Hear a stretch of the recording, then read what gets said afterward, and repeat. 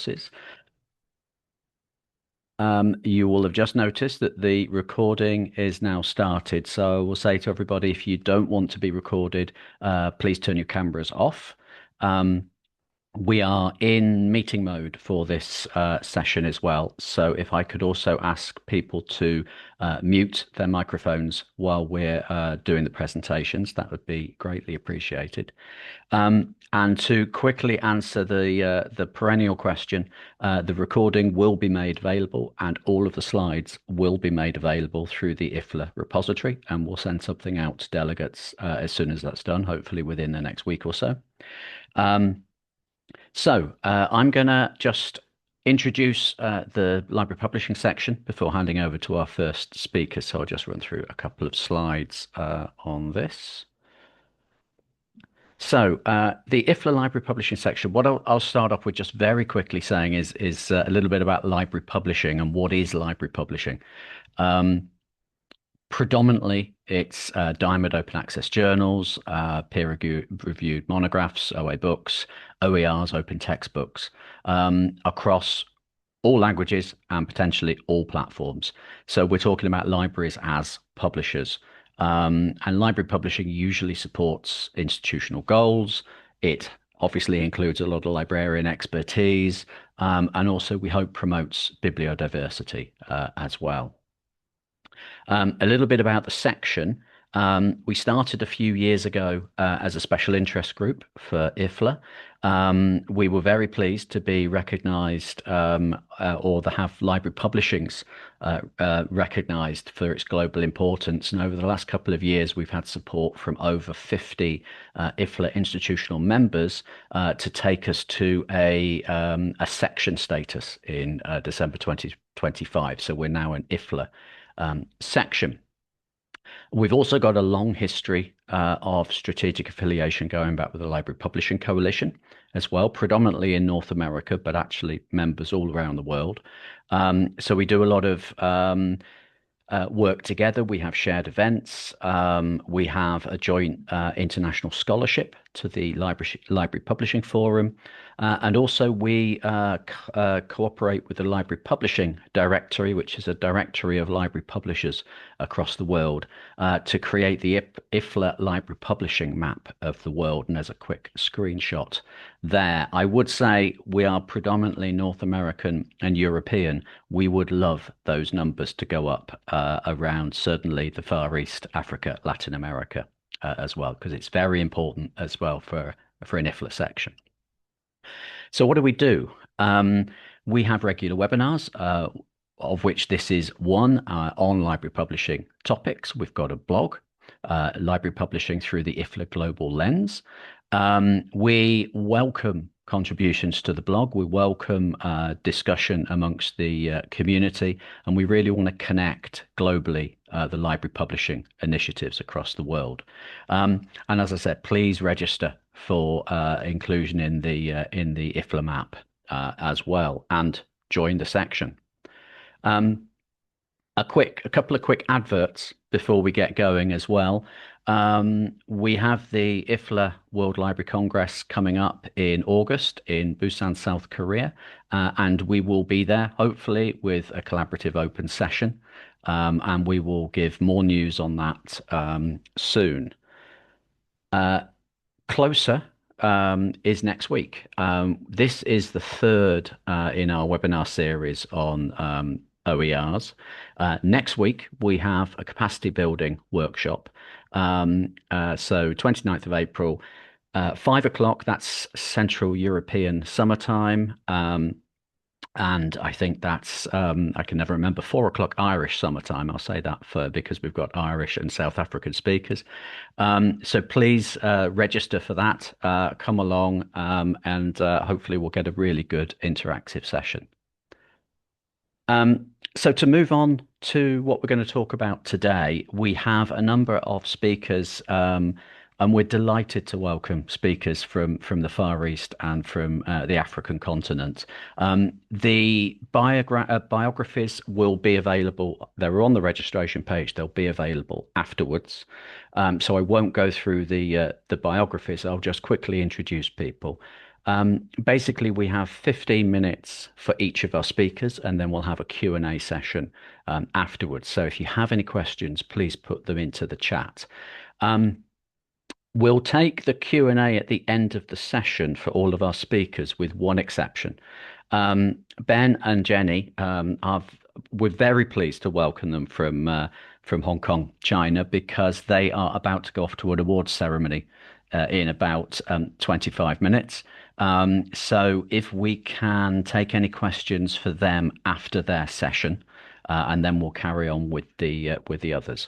But without further ado, I shall stop sharing because I do want Ben and Jenny to leave on time, and I'll hand over to them to start the first presentation.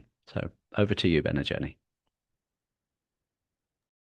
Thank you very much, Graham, and thank you, colleagues, for signing up and joining our presentation today at this webinar. We're delighted to share with the library publishing community on our initiative here in Hong Kong called Open Books Hong Kong, which is library-enabled publishing. Maybe I would say it's not strictly library publishing. We're working in partnership with a wide group of colleagues from our university libraries in Hong Kong and our university presses. And we'll talk more about that partnership working during the course of the presentation as an example of a collaborative approach to initiate open access publishing in a Chinese setting. So I'm Ben Meunier, I'm the University Librarian at CUHK, and I'm delighted to be accompanied by my colleague, Miss Jenny Lam, who is our Open Science Librarian.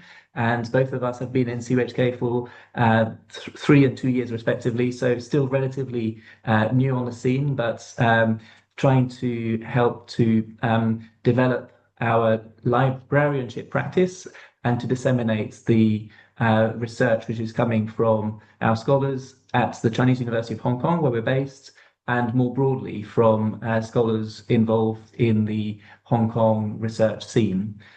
Next slide, please. So if I start off with the beginning, looking at the global trends in scholarly monograph publishing, colleagues will be familiar with the general setting, which is that open access monograph publishing has relatively few outlets for dissemination, and that the traditional modes of production for academic books tends to be very expensive. The impact of that high cost and the relative decline of library budgets globally is that traditional monograph publishing is becoming less and less viable.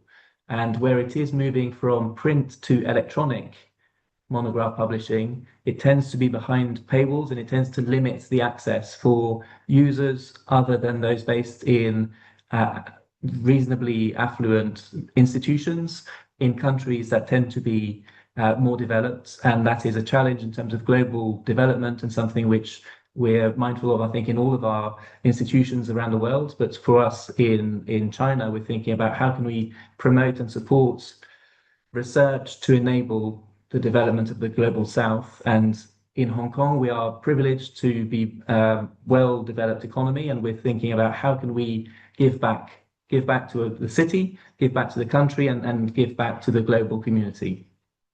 The level of interest and engagement in open access book publishing has grown immensely over the last 10 years. You can see in the chart on the right-hand side of the screen, the level of interest in open access journals, which is the red line, has been low and spiked significantly in the last 5 years. The level of interest in open access books based on Google searches has actually accelerated even faster than open access journals.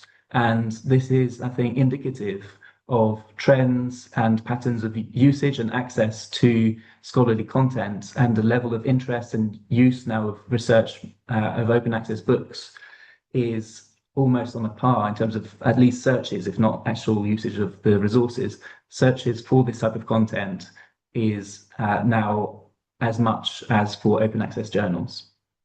Next slide, please.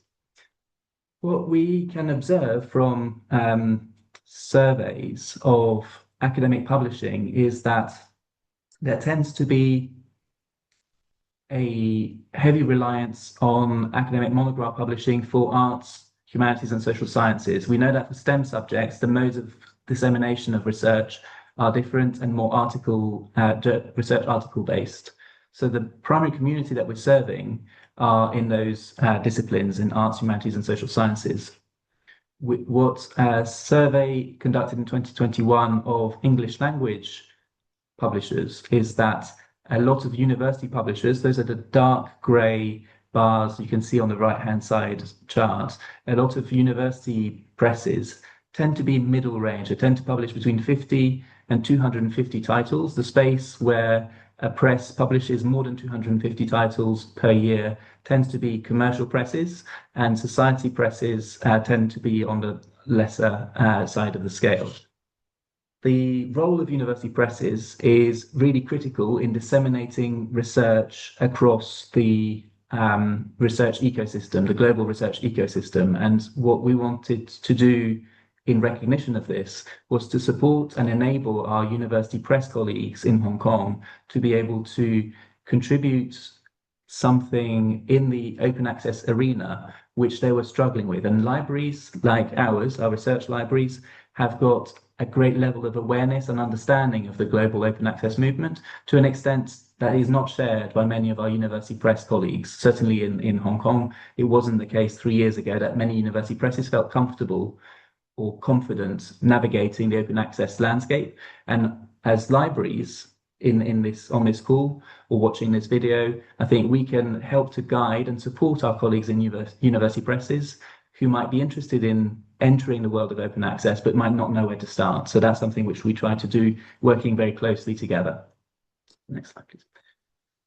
When we look at the scale of university presses and research monograph publishers, university presses, many university presses are in the revenue range of under 1 million to 1.3 million pounds and between 1 and 5 million pounds. So we're not, the university press is not generating huge amounts of profit, which is what we know. And we also know that the sales models are struggling in terms of sustainability. As early as 2000, there were some comments about the death of the research monograph, and that has been a slow death, and one which, if we want to ensure there's a sustained, lively, scholarly exchange in the arts, humanities, and social sciences, we as libraries can play a role in supporting that sharing. And open access publishing is one way through which we can enable our researchers to share information and also to reach a wider and more diverse readership with high quality peer-reviewed research, which oftentimes is incomparably better quality than what might be available in the free open digital space. So please, thank you. Whenever we talk about open access, and this is particularly true in Hong Kong, Hong Kong is a financial hub for the world. When you go to people and say, we're going to give stuff away for free, people immediately respond, are you crazy?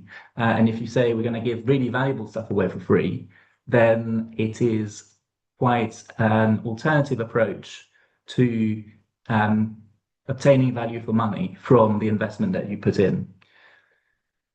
One way that we are able to validate or justify an open access approach is that we're not sacrificing print sales. With open access models, oftentimes you can make the open access version available free to download and sell print on demand copies. In the UK, when I was based in the UK previously, a research monograph might sell 100 copies, 200 copies if it's particularly effective. In China, the number of sales tends to be much greater. So a research monograph, if it's doing well, might sell 1,000 copies. With open access, we have found, in my experience in the UK and in the experience of Open Books Hong Kong, that we're selling about the same number, if not slightly more, paid copies of print books than we would if it were not available open access. You can see in the chart on the right-hand side, the stats for CUHK Press show in blue the sales for 10 months before the title was made available open access, and then in orange, the 10 months after. And you can see for some of our titles, there was a big surge in print sales after we made versions available open access. Why is that? Because if you wanted to buy a particular book and you're able to see what's inside, it makes you more likely to pay for it. If you were going to buy a book, you're going to buy it regardless of whether or not there's a free copy online, because you can have it on your shelves and to refer to easily. And many of the downloads are from users who might find the content interesting or valuable, but who would not buy the book in any case. So actually, by opening up access, we're not killing print sales, but we are opening up access. The other justification for going beyond traditional sales metrics is that the cost of producing research is much greater before the publication point. All of the money and resource that goes into paying for the researcher's time and labor to produce a monograph, and then the actual publication element is a relatively modest subset of the total cost of producing research. So by making these books available, we're maximizing the benefit of the research that was conducted. And in Hong Kong, what we wanted to do through Open Books Hong Kong was to initiate an open access program for monographs. This is the first open access monograph book program in Hong Kong, and it's a partnership between the University of Hong Kong, the library and the press there, the Chinese University of Hong Kong Library, which is where Jenny and I are based, and our university press, and City University of Hong Kong. All three universities are amongst the top 100 in the world, and we wanted to help our scholars to make research published in our universities available. I should note, and Jenny will touch on this later, we're not only publishing from authors based in our institutions, of course, but the platform is based in each of our three institutions. The targets that we wanted to achieve is to have global reach, to disseminate Chinese language high quality research to a global audience, and to increase the accessibility and impact of our researchers. The University Grants Committee in Hong Kong has got a very strong agenda around impact and increasing the impact of the research we produce. And by making our research available to a wider audience, we're hoping that it can be used and benefit society as well as the research system. Since we launched in summer 2024, we have now published 72 titles, and each quarter we publish 9 new titles. Each university press publishes 3 titles each, and we just released our latest batch this week. And in terms of the rigor and the quality of the content that we're publishing, each of the 3 university presses, as I mentioned, has got very strict quality assurance mechanisms. All of the titles that we publish are peer-reviewed, and we complete the same editorial processes for our open access content as we would for any print paid publication. So there's no difference in the caliber or the quality of the content that we're making available open access to what we might make available in commercial format. The press started with, or the Open Books Hong Kong scheme started with a particularly strong focus on arts, humanities, and social sciences books. Since we launched, we've also added titles around public health, economics, and economic development of the Greater Bay Area, which is where Hong Kong is situated, and wider social sciences titles around gender studies and religion. We are really keen to ensure that the quality of what we make available is maintained, as well as reaching as wide an audience as possible. And with this, I will stop and hand over to Jenny to talk to you about the impact that Open Books Hong Kong has had in the first 2 years of our operation. Okay, so similar to all the other open access initiatives, we also experienced some of the challenges after we have first launched our first batch of open access book titles in July 2024. So the first challenge we experienced would be the copyright infringement. So following the first launch, we actually noticed that some of the unauthorized sales of counterfeit copies were discovered on some kind of online platform platform. So what we did was two things. The first thing is that we immediately notify the seller to take them down first. And then secondly, we immediately put up a statement, the CC license statement and the copyright statement onto our open book platform on the right-hand side. As you can see that, so we mentioned that all the books is under the CC BY-NC ND license. So it's not for commercial purpose, so they cannot sell the counterfeit copies anymore. So this is what we did for our first lesson we learned. And for the second part is that because we don't have additional budget to be supported for our Open Books Hong Kong project, we actually make use of our own library infrastructure to host the book title. And the right-hand side, the landing page, you can see we actually build this website using an open source tool to do so. So that's why sometimes we will experience some unstable situation when users to access these titles. But still, three of the participated libraries, we also host the books in our library system, so that users can also access these books from our library system. And also, our one of the major motivation for us to initiate this Open Books Hong Kong project is that we noticed that only a very few percentage, only a few open access books indexed in the directory of open access book are in Chinese. And this really highlight a significant gap in global knowledge sharing, and it shows that the inequality of the linguistics. So just very few written in Chinese, indexed in DOAB. So after we have launched the Open Books Hong Kong project, we have also applied for the indexing in the DOAB, and then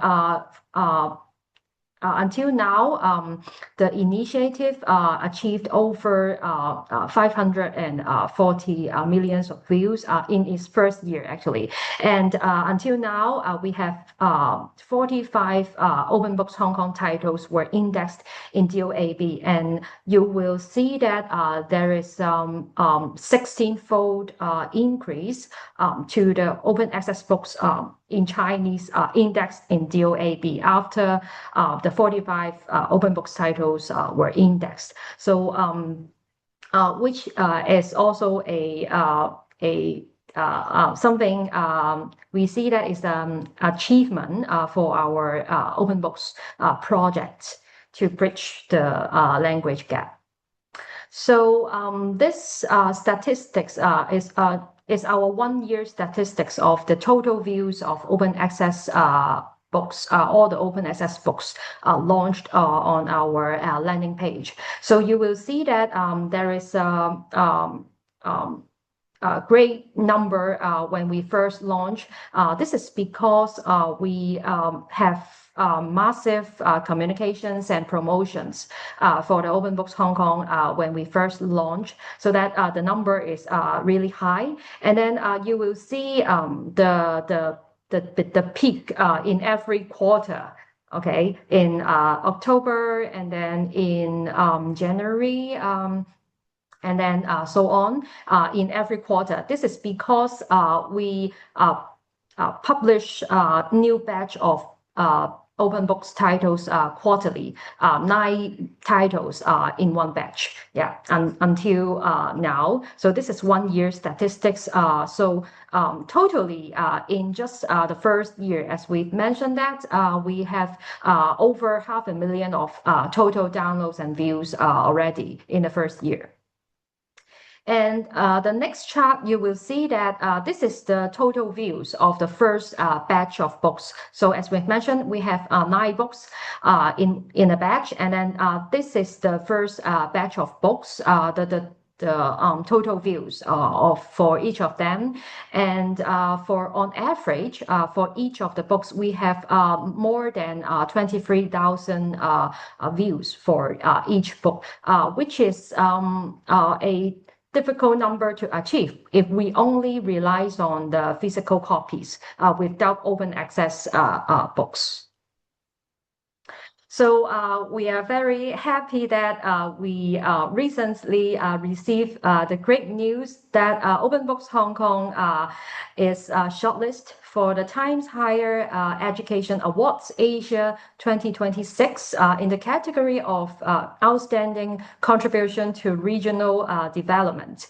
And actually, until now, apart from the statistics we've just mentioned, that we have already over 70 open access titles launched on the Open Books website, and then we have also more than 1 million total downloads. We have already over 1 million total downloads and views for all the Open Books titles, and then we are reaching almost 400,000 readers in 123 countries. So today we need to leave early because we are attending the THE Awards ceremony later at 6 p.m. in Hong Kong time. So that's why after this presentation, we will be going to the awards ceremony. So finger crossed, our project can win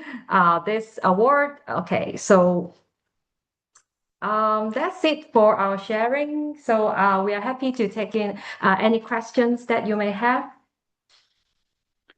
Thank you, and huge thanks to you both for the presentation and also for being with us. I think we will take. I see one question in the chat, and I think in order to get you into the taxi or however you're getting to the awards, we'll take the one question. Kira, do you want to unmute and ask your question? Yes, of course. No, I'm always very interested in some technical aspects. So you talked about using an open source platform for the landing page. Can you tell us what exactly you were using? What technique?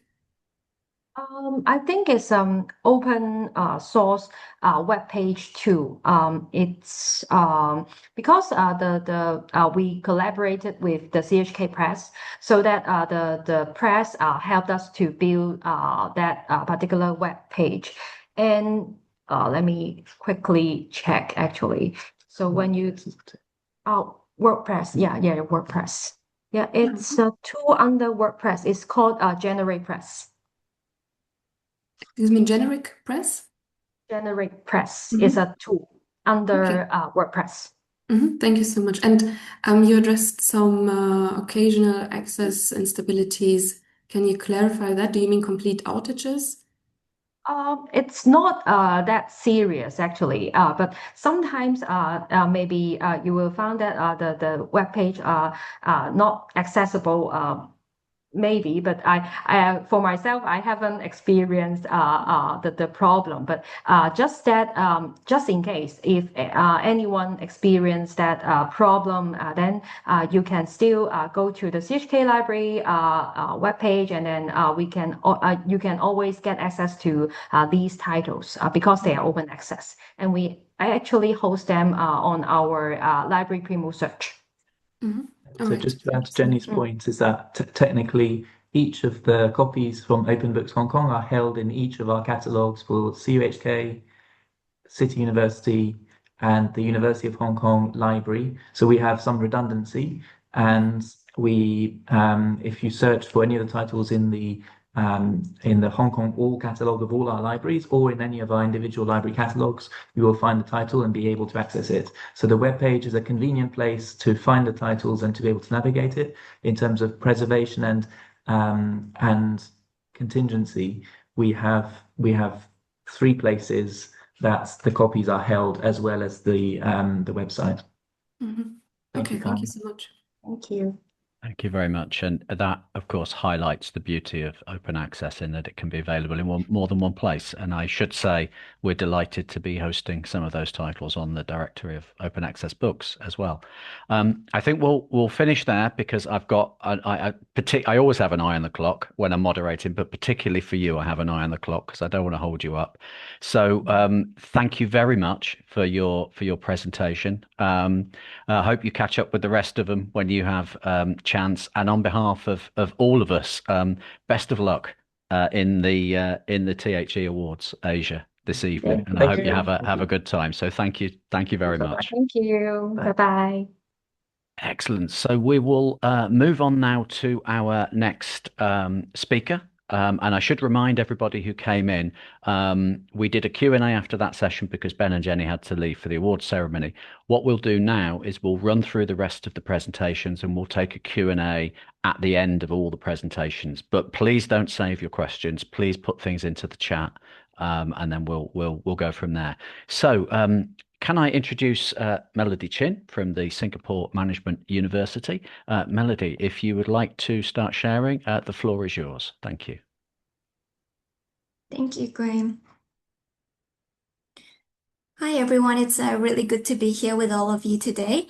I'm Melody, and I'm a librarian for instruction and learning from Singapore Management University Libraries, and also the chair for the OER Special Interest Group for ASEAN. So today I'll be sharing more about our work in connecting librarians in Southeast Asia for shared knowledge and practice in open education. But before I jump into it, I just want to share a little bit of context about my role and the library. So SMU Libraries aims to be a world-renowned university library and ultimately achieve meaningful impact through our initiatives in research, education, and partnerships. And one such initiative is OER at SMU Libraries, where we have been working towards awareness and the shift towards open resources. This is an image of one of our faculty workshops for OER. And we have been facing quite a few challenges along the way in terms of faculty willingness to explore open resources, lack of incentives, and time commitment as well in terms of publishing and creating open resources. So we have asked ourselves whether other libraries have been facing similar challenges because it would be helpful to discuss those, and also looked at existing sort of groups that might meet our needs relevant to Singapore and Southeast Asia. So what we found is that a lot of the existing groups were generally catered for particular countries or regions. And so the topical issues that were discussed were not necessarily specific to our local context. And these topics could include OER in Asian languages that correspond with languages of instruction. So based on a poll in our group, around half of them have languages of instruction that are not in English. And again, a lot of these open books and open textbooks are in English, as well as wanting to share awareness of resource sharing platforms around the various countries in our region, and also diverse OER formats beyond online ebooks as well that are accessible and relevant to all. So some of the questions we have been getting as well is whether we can print those resources to put on library shelves. And so this brings me to talking about our OER Special Interest Group, which is basically a community of practice centered around open education to fill this gap. Just to clarify as well between the sort of terminology between Southeast Asia and ASEAN, which I tend to use interchangeably. Basically, Southeast Asia is referring to the geographical region, whereas ASEAN is more referring to the intergovernmental organization where they have their own aims and objectives as well. So these are the countries there. And I believe we're missing Timor-Leste. That was the most recent one. So basically in ASEAN, there has been a growing interest in open educational resources. So within ASEAN, there is the ASEAN University Network for higher education, and ONILO sits under that as a thematic network. So ONILO is basically the alliance of leading university and university libraries within ASEAN. And there is about 27 of those university libraries. And the growing interest there has been seen in the last few years, particularly in harnessing the potential of resources for teaching as well. And looking at the country reports and notes from the business meetings, there have been a few mentions on OER promotion, curation, as well as creating and publishing resources in local languages. A special interest group for librarians and library professionals was very much welcome in the region. And we did propose this at the 17th ONILO business meeting, which is quite a while back now. And our original objectives was basically to fill that gap by creating an avenue for knowledge sharing, as well as professional development in open education. Just a platform for us to share best practices, share our experiences amongst our universities, and also for general discussion on open issues and trends relevant to us. So we were careful to make sure it aligned with the AUN directions. And I think it aligned quite well in terms of the second one, to strengthen existing linkages and further cooperations among our institutions. And sharing of academic resources has been mentioned quite a few times there. So OER and open textbooks definitely fit into that. And as well as providing, now we have a channel of information sharing among our communities within ASEAN. Okay, so I'm not going to go into too much detail on this among the establishment of the group, but basically the earlier stages of it involved quite a bit of idea sounding between consulting with our university librarian, as well as having Zoom calls with other libraries just to judge interest, if there was any interest there as well, followed by more documentation and the subsequent launch at the 17th ONILO meeting. Even after the group was set up, there was sort of continual work there in terms of promoting membership, recruiting more membership, and raising awareness of the group as well. So now in terms of our activities and what we have done, generally it tends to be informal quarterly meetings that we have online on Zoom, just so we can have international participation. Zoom's just been the easiest. And it's a mix between sharing and discussion sessions. We've had a couple of webinars as well with invited speakers, and occasional presentations from members that had new initiatives they wanted to share. Asynchronous communication has been a bit of a challenge there, but we are trying to gain momentum in that too. So we do have our quarterly meetings, which usually it's quite an intimate group where we can share our thoughts. So it's roughly around 15 people would attend per meeting. And yeah, so it's quite intimate and open. But we do also have larger webinars. And the attendee profile you can see in the graph there was from one of our larger webinars where we had Dr. Karina Boshu from Open University share. And you can see we do have quite a lot of attendance from Singapore, generally because that was where our networks initially were, but strong attendance as well from Cambodia, Philippines, Vietnam, Thailand, Indonesia, and Malaysia. Recently, we've also started to make connections with other similar interest groups. So we've had an Asia Pacific online gathering hosted together with the Escalite OEP special interest group as well. So that was really great. To share our challenges and our thoughts between our regions. So beyond our webinars as well, during our meetings, we do share the different platforms that we may discover amongst ourselves, either from libraries or other open resource platforms around Asia. So we don't actually, as a group, publish OER, but we do promote other OER that have been published and the discoverability of this OER as well. And where possible, we will get the owners of these platforms to share. So it has been really great to hear from Mahidol University Library. They were able to share about their OER website and how they did it and how they got it off the ground. So that has been super helpful. So apart from the institutional platforms itself, we also help to promote individual OER publications that the different universities have shared.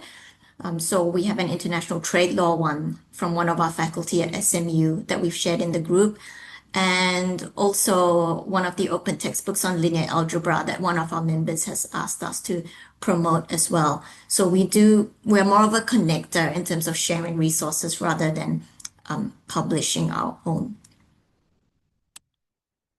If necessary, we also do host feedback and discussion sessions. In fact, next week, our next discussion session will be on a policy brief that the AUN has come up with. So it's good that the group then has a collective voice there where I can sort of gain different perspectives and ideas and then take it back to the AUN. So overall, our approach for our interest group has been very member-centric, and we try to adopt a member-led approach. So we've let them choose preferred days. I think there was consensus that nobody wanted Fridays, so we don't meet on Fridays.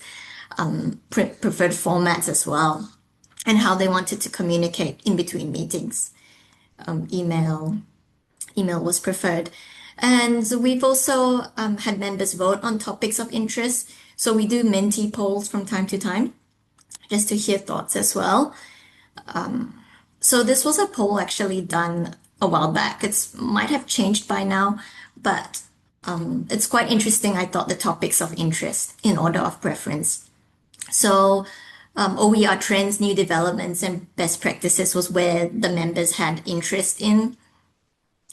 And yeah, raising faculty instructor awareness was next.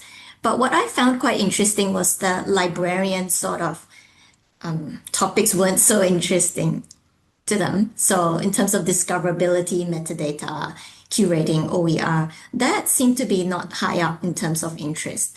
Whereas in terms of basic knowledge of OER and Creative Commons licensing has been an interest area as well.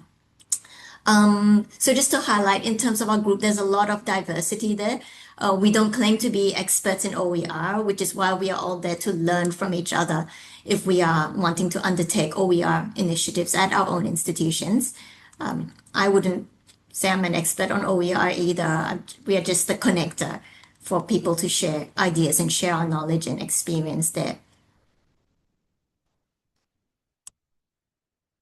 So we have also asked members what was great as well. And again, this is a Menti open text response. And you can see some of the comments there. I won't read it out, but generally, I think the group members were grateful to get the chance to meet other librarians in the region, discuss common topics, and they tend to enjoy the sharing sessions as well, more to hear what the other universities are doing and whether they could take it to develop in their own university as well. So that's been quite promising so far that they found it useful. So we do also ask for feedback and some other ideas for what they want for upcoming meetings.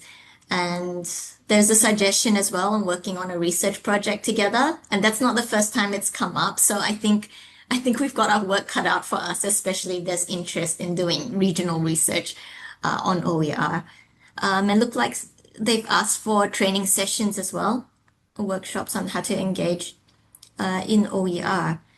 So yeah, lots of improvement there and different ideas that we can do in the coming meetings. So there have been challenges along the way, and one of which is for us particularly is maintaining consistent engagement in between meetings. So more gaining the momentum there when we're not meeting, because we only meet quarterly. How do we still feel like a group, a community of practice, We were using the Slack platform to communicate initially, but it wasn't getting a lot of momentum there. We were using the free version, and anything we were posting was basically getting deleted every 90 days. So the slides we put on there but it didn't stay. So we ended up going back to good old Google to post our material. And definitely funding and resources, we don't have that. So everything we are leveraging on is basically free or open source as well. And generally, because of it's an interest group and it's very sort of voluntary, for many of us, this is not a core part of our job. OER or starting an OER initiative at our universities have been sort of a separate part. And so everyone's busy and it's hard to gain momentum in that sense as well, and for continuous connection with the group members. But we're still going strong. We started with 17 members from the very first expression of interest a while back now. And now I believe we have more than 50 members actually from over 7 countries. So most of the countries are represented there. And we hope to keep building on that as well. So thank you very much for your time today. I'll be glad to take questions during the Q&A at the end of the session. Thank you. Thank you very much, Melody. And it's really great to see such an active network running as well, with very strong interest clearly from the members. So, as I said, we'll take the questions at the end, and in the interests of time as well, I shall try not to speak too much. What we'll do now is we'll move from Asia. We'll go west towards, or east, if you like, to Africa. So can I invite our next speaker, Jill Klassen, who I'm sure many of you know from Cape Town. So Jill, over to you. Hi, Graham, and everyone else. I'm just going to share my slide.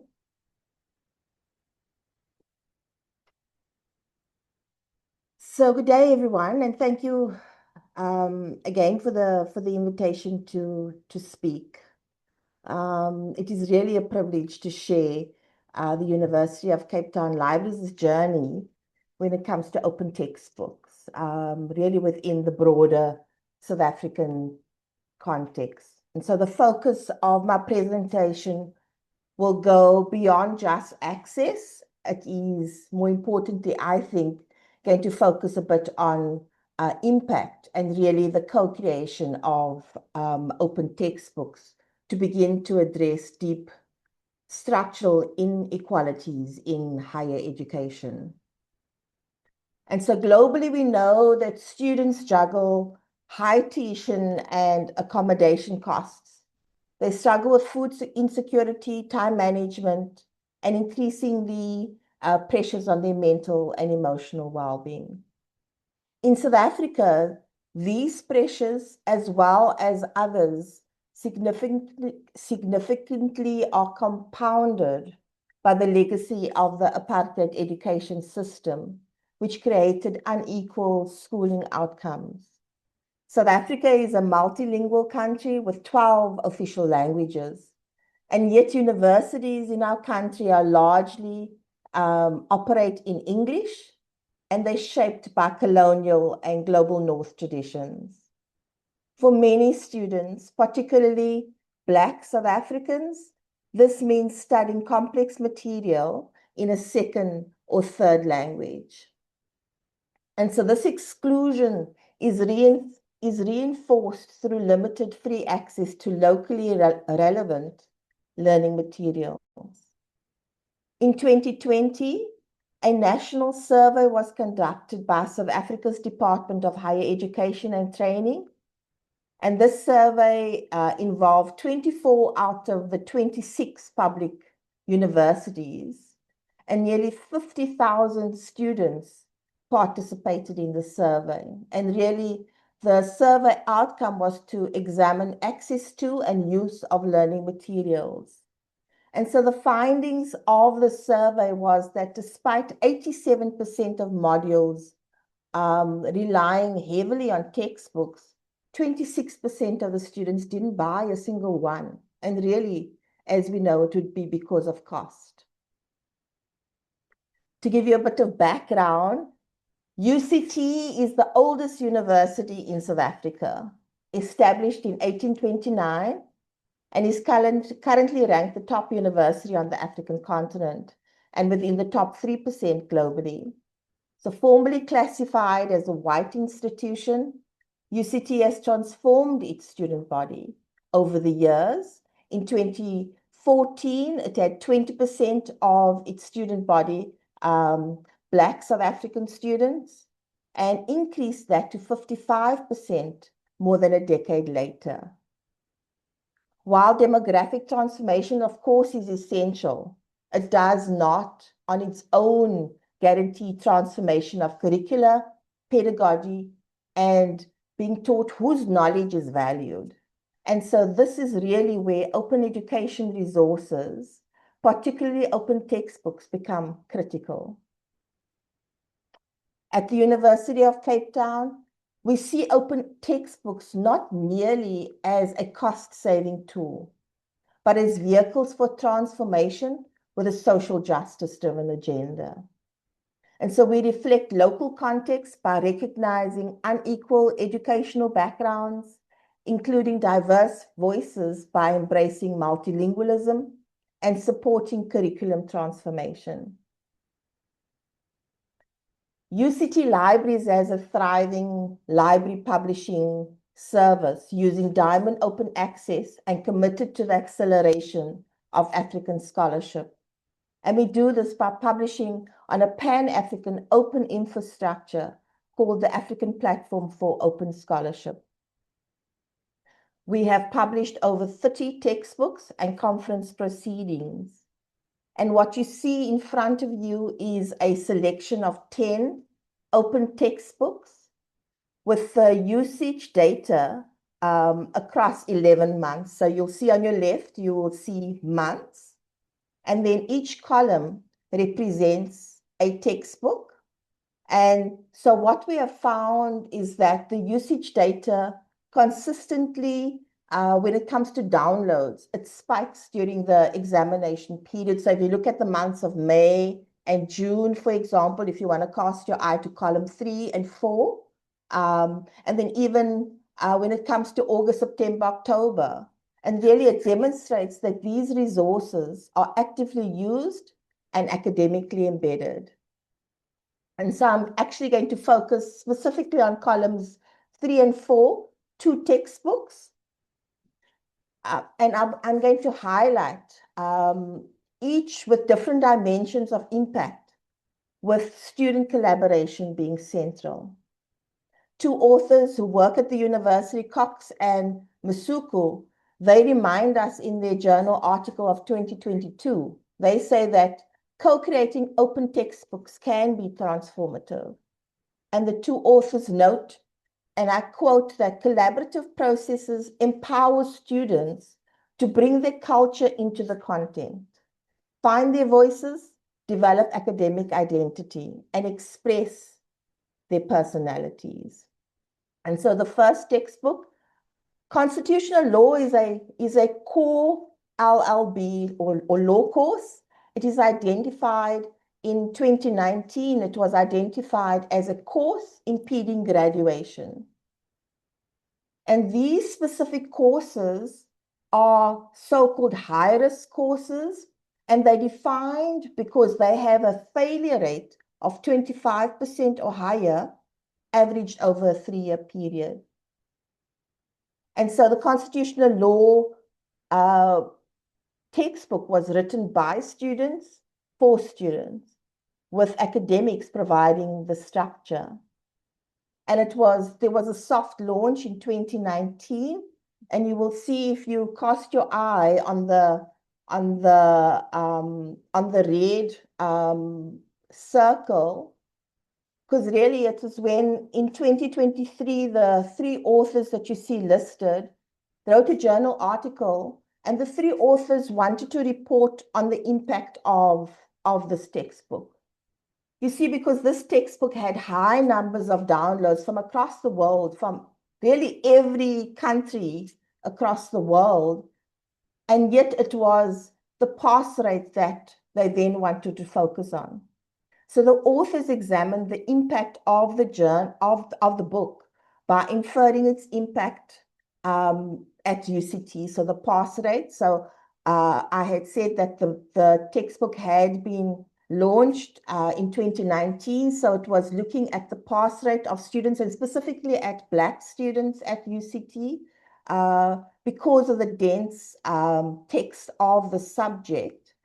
So they wanted to look at the pass rate before the launch, so 2016 to 2018, and then post the launch. And through the student data, these authors found that students before the launch, so before the intervention in 2019, the pass rate was 65%. And after the launch, the pass rate had increased by 9%. And so the second textbook that I'd like to highlight, in commenting on the rationale of this textbook, the lead author, Professor James Lapperman, indicated that marketing education at South African universities specifically present two challenges. Commercial textbooks are expensive, and overwhelmingly, these textbooks have a global north-centric approach. Lapperman continues by saying that because of the subject of marketing, books become quickly outdated. And as a result, it then outstrips the rate of the curriculum change. And so this textbook had co-creators who were marketing practitioners, academics, as well as students who were involved in all the processes of the production of the textbook. In June 2025, the Marketing to South African Consumers textbook surpassed a remarkable 250,000 downloads. And so building on the success of the impact of the Constitutional Law for Students textbook, which in 2019 had been listed as a course impeding graduation, UCT Libraries plans to publish 2 more textbooks, supporting other high-risk bottleneck courses, namely mathematics and economics. And so UCT Libraries plans to publish the 2 textbooks to incorporate student voices, include scaffolded resources such as workbooks, and using AI tools to advance multilingualism.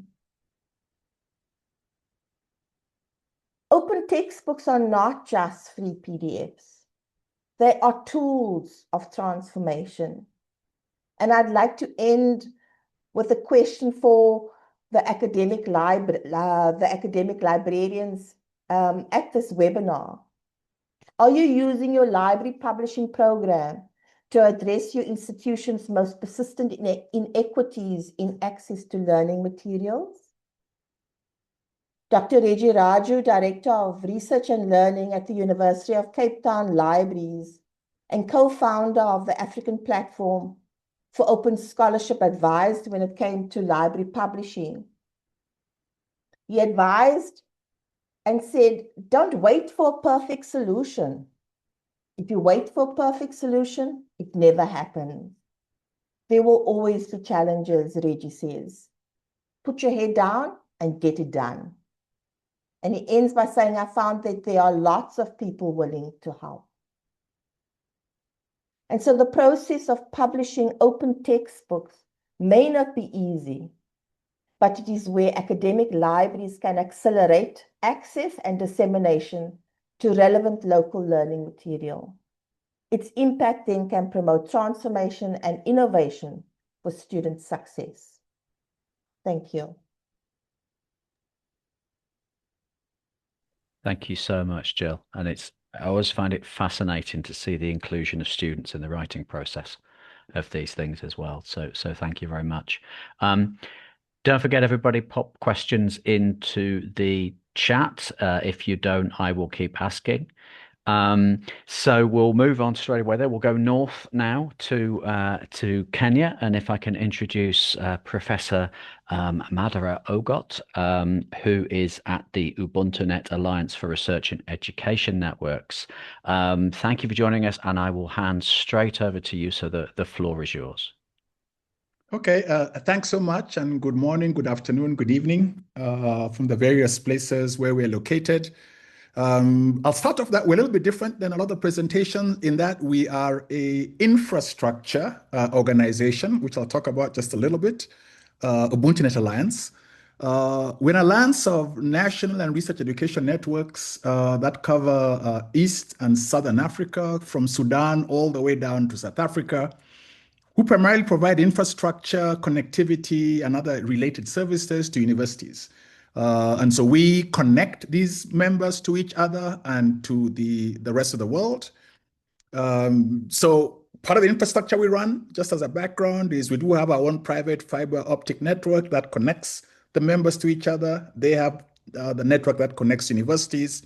What you see on the left is our current network, and the countries in green are the ones we are connecting. And what you see at the right is we're in the process of upgrading our network to the 4th generation, which will connect the other green countries that you see there. So currently we're serving about 2,000 institutions and over 3.5 million students and staff. So that's just a little bit about background of our core business. But in addition to that, we operate UbuntuNet Open Science Cloud, and this is relevant to today's topic, where we have a lot of open resources. One of them is our Pan-African repository, Africa Archive. The second one, again, I'm just going through this quickly as a background. The second one is part of the challenges in finding research funding on the continent is places where opportunities are provided. Many of these platforms require you to pay to access them. So we have created an open access one where you can find research opportunities, funding opportunities, etc. And therein you see the participation across the continent. Gray means there's no participation, and that's primarily non-English speaking countries. So going ahead, we look at making it multilingual to include French as well as Portuguese. But I want to come to the topic of today, which is, in our case, is the open access textbooks.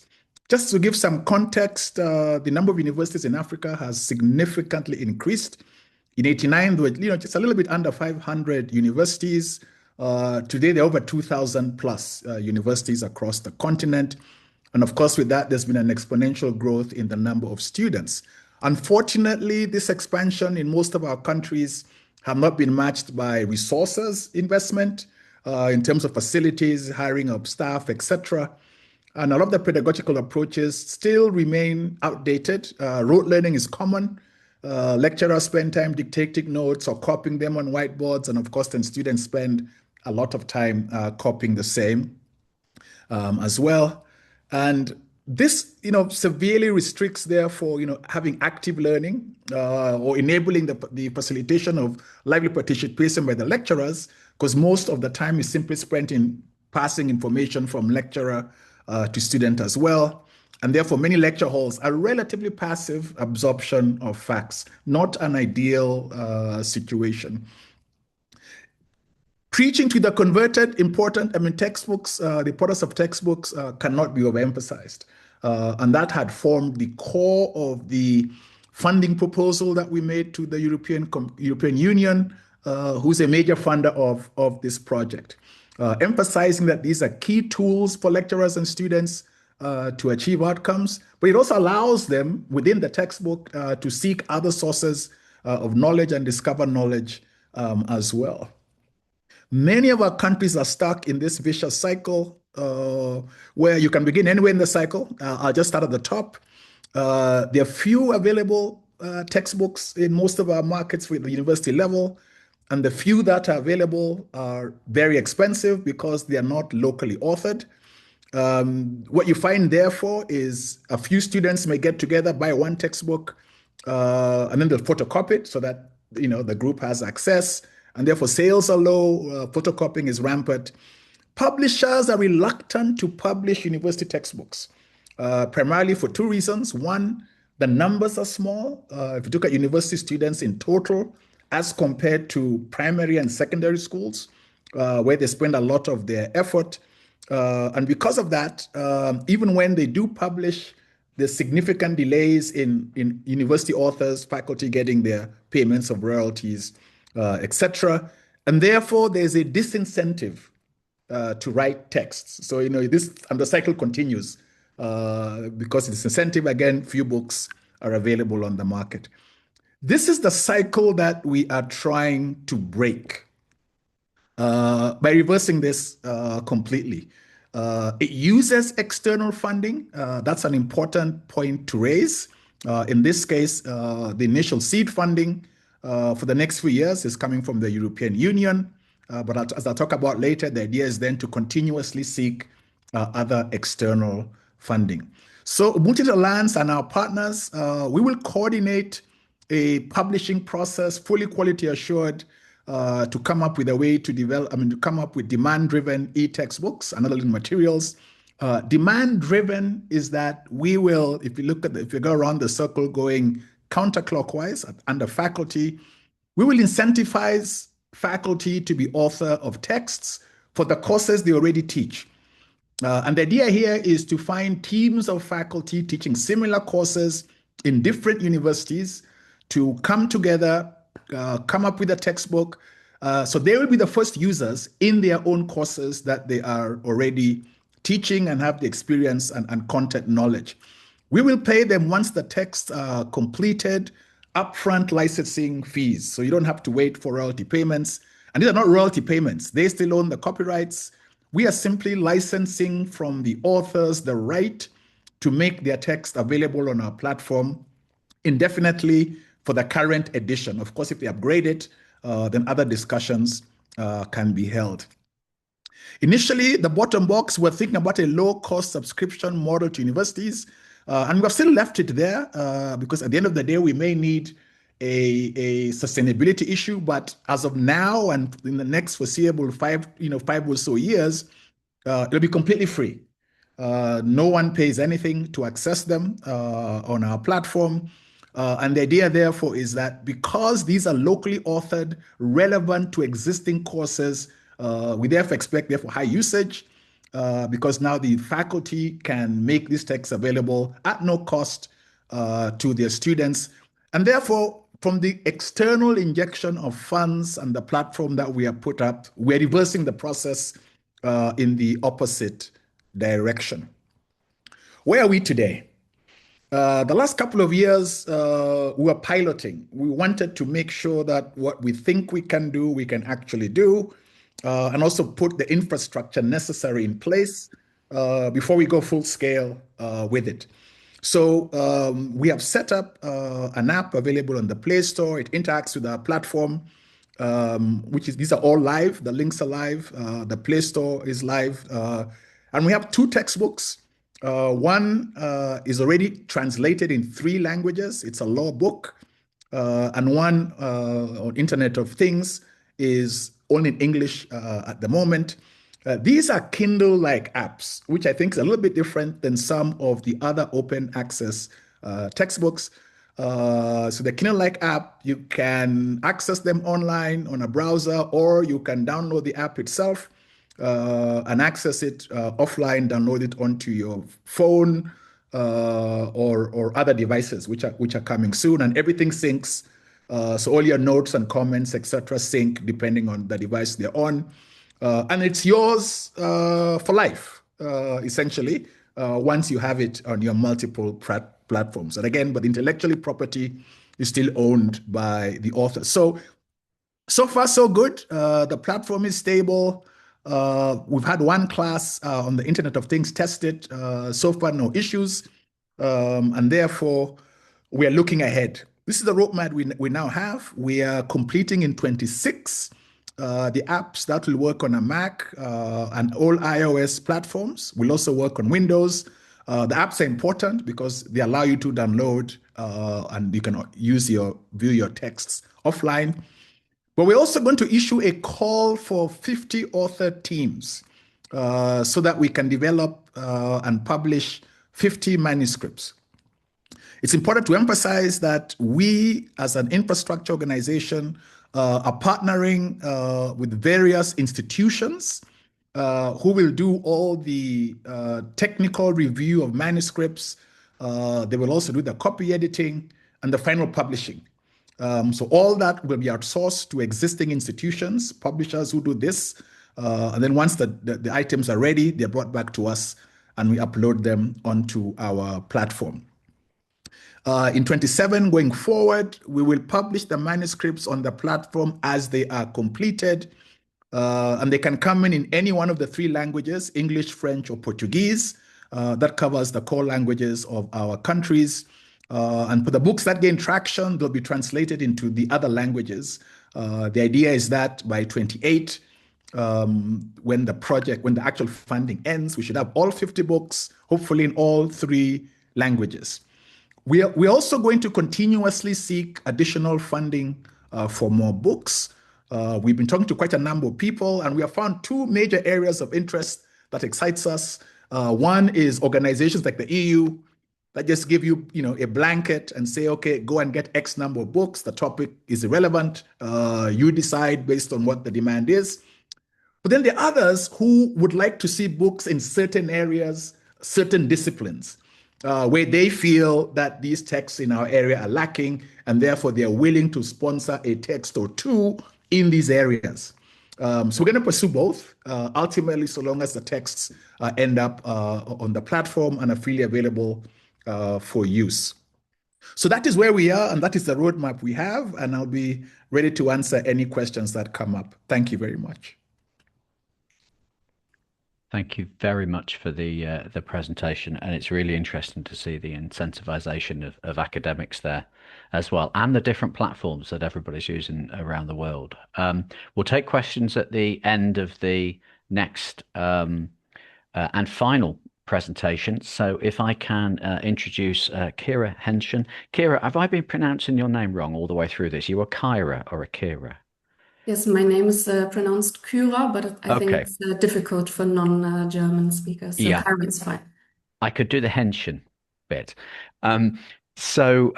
Yes, so you're IT project manager at the Information Center for Life Sciences in Germany. So we've moved now from the African continent up to Europe for the final presentation, and I think you're just up the road from where I am in Südhessen. So I'll leave it to you to do the final presentation, and the floor is yours. Yes, thank you so much for the introduction. Are my slides visible? Yes, they are. Yes. Okay, thank you so much. Okay, so the title of my presentation today is Living Handbooks, Concept, Structure, and Impact. So I would like to briefly give an introduction to our Living Handbooks. Afterwards, I will discuss the concept and specific functionalities of them. Additionally, I will give some insights into the visibility and impact. Afterwards, I will give some practical examples to make the concept of the Living Handbooks a little bit more concrete.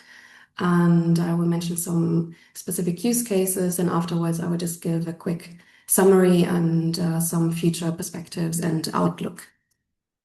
Now, I would like to begin with briefly outlining the challenge that makes Living Handbooks so necessary today. So one of the central challenges we are facing today is that knowledge is no longer static, right? So in many fields, especially in public health and medicine, we have new studies that are actually published daily. And we have especially medical guidelines that are published daily and continuously updated. Yeah. So that means that research actually evolves rather rapidly. However, the challenge we are facing is that that traditional publication formats often struggle to keep pace with this development. As you know, books or handbooks remain static after publication. So often the updates or new versions only appear in new editions. And that means that the content cannot easily reflect the latest research findings. And in addition, that goes without saying that physical formats are often simply less accessible in everyday contexts, for example, while traveling, or especially also in teaching, clinical work, or while traveling. So this somehow creates like a structural gap between the speed of knowledge production and the speed of knowledge dissemination. Yeah, so the speed of knowledge production nowadays is higher than the speed of knowledge dissemination. And this is where our living handbooks help to close this gap. Yes. Now coming to the specific concept behind our living handbooks. So what exactly are living handbooks? They are continuously updated, structured digital publications. And the key idea is that knowledge is treated as dynamic or living rather than frozen. That's why we're calling them living handbooks. So instead of traditional editions, our living handbooks represent evolving state of knowledge over time. So a living handbook reflects the current state of knowledge instead of a historical snapshot. A core principle is modularity. So the content is structured into independent chapters. And each chapter functions as a self-contained publication on its own. This means that each chapter is individually citable and can also be updated separately. And this modular approach enables continuous expansion, makes it possible to respond quickly to new research developments. And very importantly, the publishing logic is no longer tied to the completion of a full volume. Instead, the chapters can be published individually as soon as they are ready. And that, of course, can significantly accelerate the dissemination of research results. And for users, this approach means immediate access to new and updated content. Now, another crucial aspect of our living handbooks is the quality assurance. Unlike wikis, living handbooks do not follow an open editing model. So instead, they rely on structured editorial workflows and peer review processes, which ensures the academic quality and citability. This is also a key difference to preprints. So living handbooks are peer-reviewed within the publication process, not like preprints, which are published without any peer review. Now coming to our next functionality of our living handbooks, which is the integration of multimedia content. So in our living handbooks, images, pictures, and videos can be integrated directly into the publication. And that enables authors to better illustrate and strengthen their research findings. And this can be especially valuable for presenting methods, results, and practical applications. Another important functionality is the internal linking. So chapters can be linked to one another, which enables easy navigation between related topics and concepts. Now coming to the impact and visibility of our living handbooks, let's start by talking about why visibility even matters.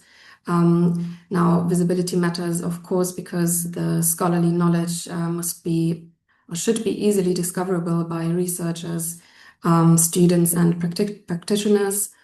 Additionally, a higher visibility, of course, increases readership, citation potential, and reuse.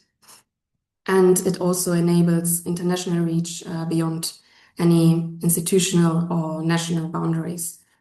As a consequence, we have laid special focus on ensuring the visibility and discoverability of our living handbooks. Now, to ensure this, we are using structured metadata for indexing and search engine optimization. This includes metadata such as Doppling Core, Google Scholar meta tags, Open Graph, and schema.org JSON LD, and some general SEO measures. Furthermore, we have implemented a so-called OER interface for metadata harvesting. So this interface enables metadata harvesting by different scholarly infrastructures, like, for example, the base Bielefeld search engine. And additionally, the long-term citability is ensured through persistent identifiers, so the DOIs. Having said that, we are also facing some challenges with the Living Handbook format because they do not fit traditional book models, and this raises questions regarding the handling of versions and ongoing updates. Now, since cataloging systems are usually designed for fixed and completed works, for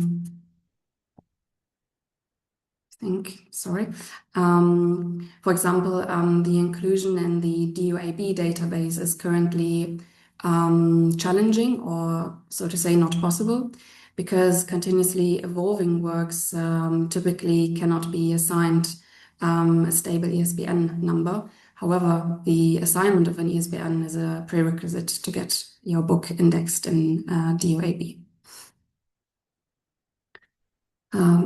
Now coming to the impact of our living handbooks, beyond the technical functionality, the real added value lies in its impact on evidence-based practice. With our living handbooks, up-to-date knowledge is made accessible exactly where decisions are made, whether that be in research, teaching, or clinical contexts. At the same time, the long-term accessibility, of course, also plays a crucial role through persistent metadata and stable identifiers. The content remains reliably accessible over time. Another important aspect is the integration into research infrastructures. So by ensuring visibility in relevant databases and indexing services, we are, of course, maximizing the value of open access publishing in general. Because knowledge should not only be open, it should also ideally be findable and accessible. And this might be the key takeaway here, that the visibility is what creates real impact for scientific research at the end of the day. Now I would like to go on with some practical examples and use cases. Now we have divided our use cases for our living handbooks into 4 sections. The first section being the clinical and professional practice. Now in clinical and professional practice, we have published the living textbook of hand surgery, which is designed for use directly in operating rooms and clinical settings. And it provides fast access to current procedures and evidence-based knowledge. Similarly, we have published a urology handbook that serves as a continuously updated clinical reference resource. And I would like to give you 2 examples of functionalities of our living handbooks. Now, the first example on the left, you can see the integration of graphics for visualizing surgery techniques within the living textbook of hand surgery. And in the second example on the right, you can see the integration of videos within the living handbook for visualizing live surgery procedures.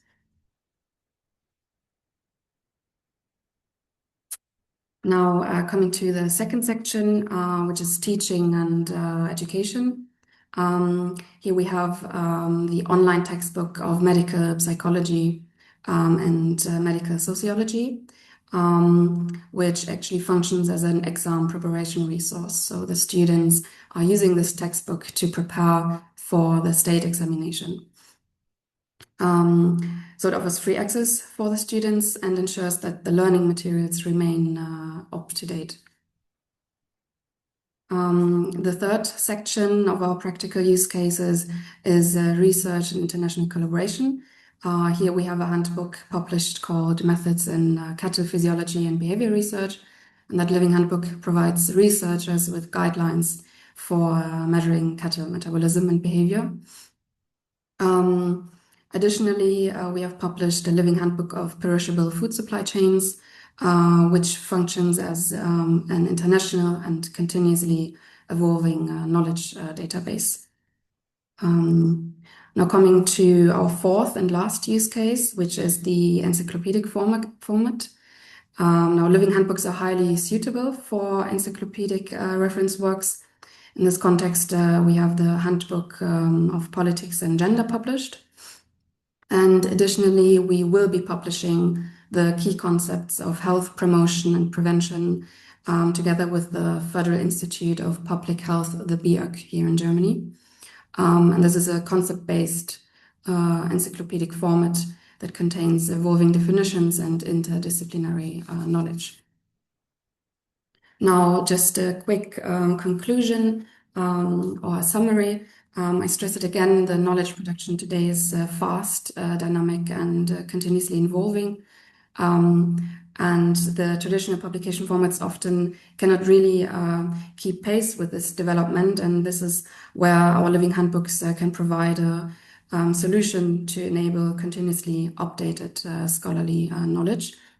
Their core characteristics include academic quality through editorial workflows and peer review.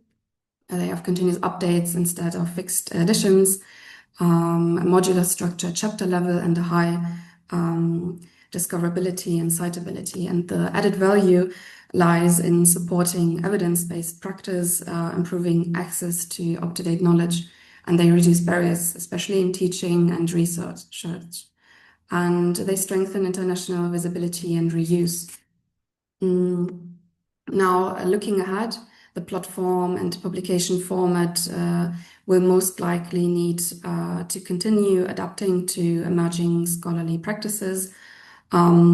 This includes continuous alignment with the needs of the research community, a flexibility to respond to new requirements, and further developments might include further development of workflows and user needs.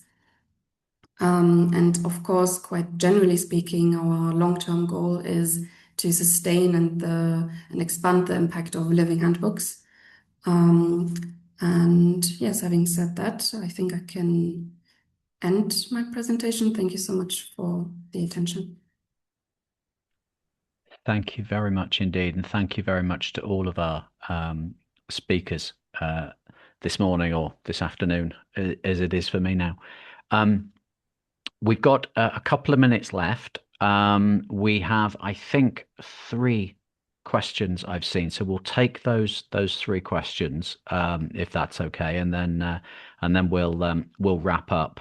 I just want to say, I mean, what has been great is to see the different disciplines we're covering, the different platforms, and also the different quality measures. And from a personal point of view at the Open Foundation, we're keen to see how we can get the peer-reviewed side of things into Director of Open Access Books. So that's a conversation. But I wanted to go on to the quality. I know, Jill, you've got, can we take your question on the quality assurance? Would you like me to read it out, or will you be able to say it? Hi, Prof. Mandara. It was a question around the quality assurance process that is undertaken in these open textbooks in the project that is currently that you currently shared. Okay, I can take one. There are 3 stages to the quality assurance that will be in place. Part of them, of course, was put in place for the books that are already there, but I'm just giving that the wider picture when we do the whole 50. The first one, of course, because this is going to be a call for proposals on texts. So there'll be an initial review to see what somebody's. This will be done by peers in the different disciplines of faculty, looking at what text is the person or teams proposing. Are they qualified to write these texts in these areas? Based on their own academic credentials, but do they actually teach these courses as well, et cetera, et cetera. And that will be a guide to sort of come up with the 50 that will then be given as the teams and say, go ahead, prepare your manuscripts. Once the manuscripts are ready, then they'll go through a full peer review process as well. And again, this will be faculty experts in the area as well. So that to ensure that the content is up to date and accurate.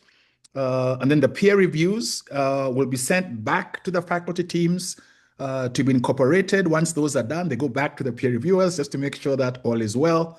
Once that process is complete, and we did this with the pilot texts, it then goes now to professional companies that do copy editing. And then certain companies pick certain areas.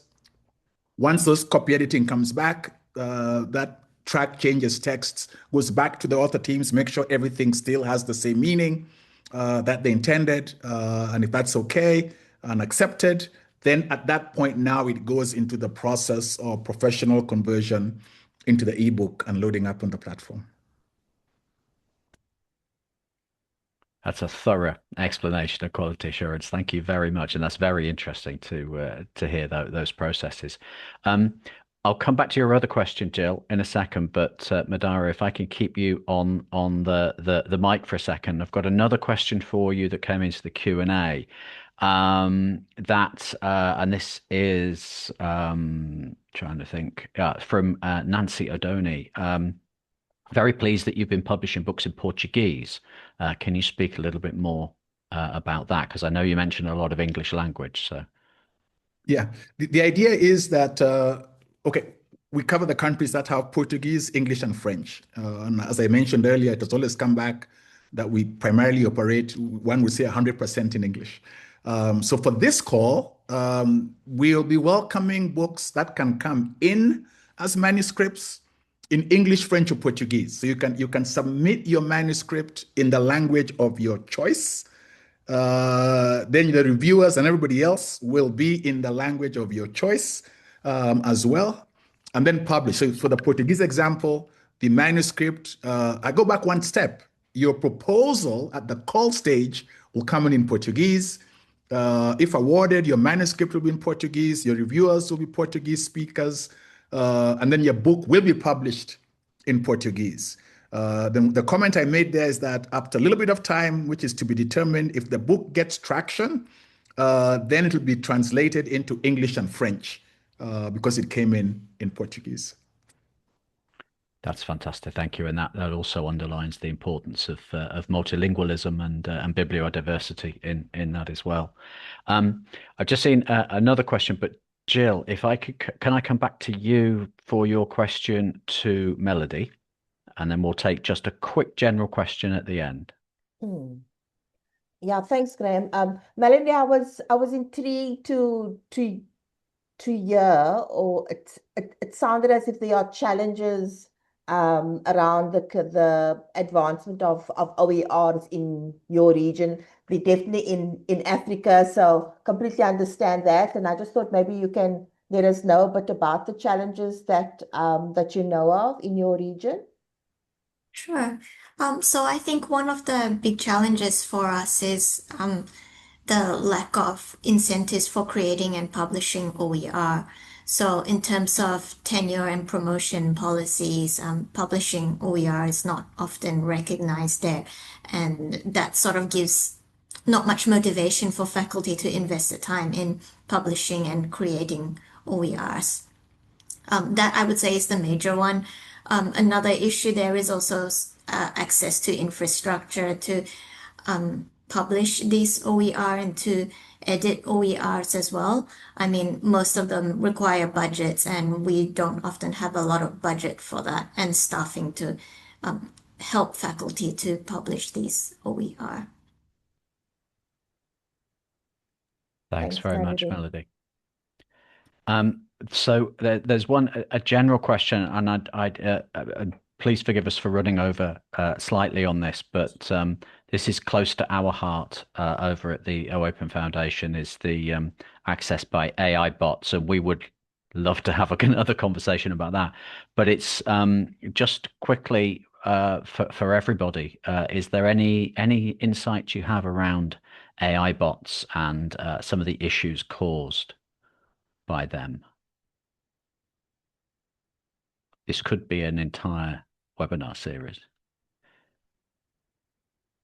Nothing coming back. I just say that we've written a few things about AI bots at the OOPEN Foundation. Our servers live at CERN. We have, like many repositories and many other open access platforms, been hit by, I guess, what I would describe as the unethical use of AI bots. And yes, the sheer numbers of AI bots coming in can cause outages. And I did wonder, obviously, Ben and Jenny have left us now, but I did wonder whether some of those outages that they had at Hong Kong were AI bot issues as well. I would say, I guess, from our side of things at OAPEN, this is not a reason to close access. It's something that has to be dealt with. There are organizations like OPERs in Europe that now have an AI SIG looking at ethical use of AI, and also sort of how just to stop the bots coming in. So sorry, I've just answered that question, but it's a whole different debate, and I think we'd like to have that debate for again if we can. So I'm very conscious that we should wrap up. So I want to give a huge thanks to all of our speakers on behalf of everybody at the IFLA Library Publishing section and everybody online and who will review the recording. To answer a question that came up before, the recording will be made available in the next week or so, as will all of the slides. And yes, we hope to have further discussions, and we hope to keep the discussion around open textbooks and OERs going within the library publishing section as well. So I've just set us an action there, Jane. So thank you very much. Jane's just put up to say that the yes, there is an AI session coming up in the World Library Congress, and also just to reiterate to everybody that the third session in this series is coming up next week, 29th of April, and will be a workshop led by two of our colleagues who I've just completely forgotten. And Jill, I think you're moderating that one, aren't you? Yes. So thank you very much. But yeah, so please register for that. The details are in the chat somewhere and on our pages. So I'll stop rambling. Thank you for staying with us. And once again, thank you so much. It's so great to hear views from 3 continents about OERs and open textbooks. So thank you very much, everybody, and we'll see you soon. Thank you. Thanks, everyone. Thank you. Bye-bye.